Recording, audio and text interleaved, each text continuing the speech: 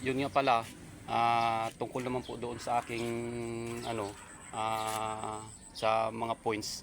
Nung hindi pa po nawawala ang mga points ko sa pagba-vlog ay nag-usap na po kami ng ano niyan ng impormasyon sa social media, sa kapamilya kapag sa nag-uusap kami sa ano ng Showtime ay ng impormasyon na tungkol po dun sa points na hatian.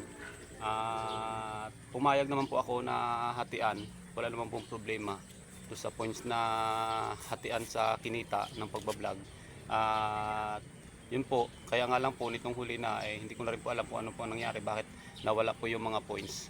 Kaya yun po yung isa ring panawagan ko rin sa kapamilya na ah, tungkol po doon na sa hatian ng points na kinita ng pagbablog ko at doon sa pagti-TikTok ni Kuya Jimay ay payag naman po ako na hatian sa punto na yon. Kaya nga lang po bakit sa ngayon po kagaya niya nawala na po yung points.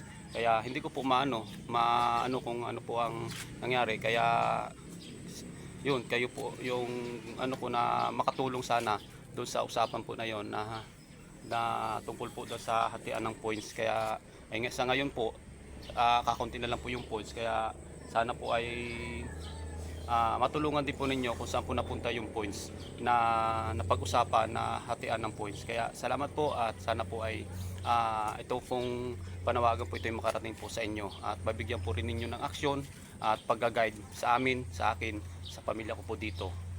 Kaya yun po, salamat po at pagpalain po na tayo ng Diyos.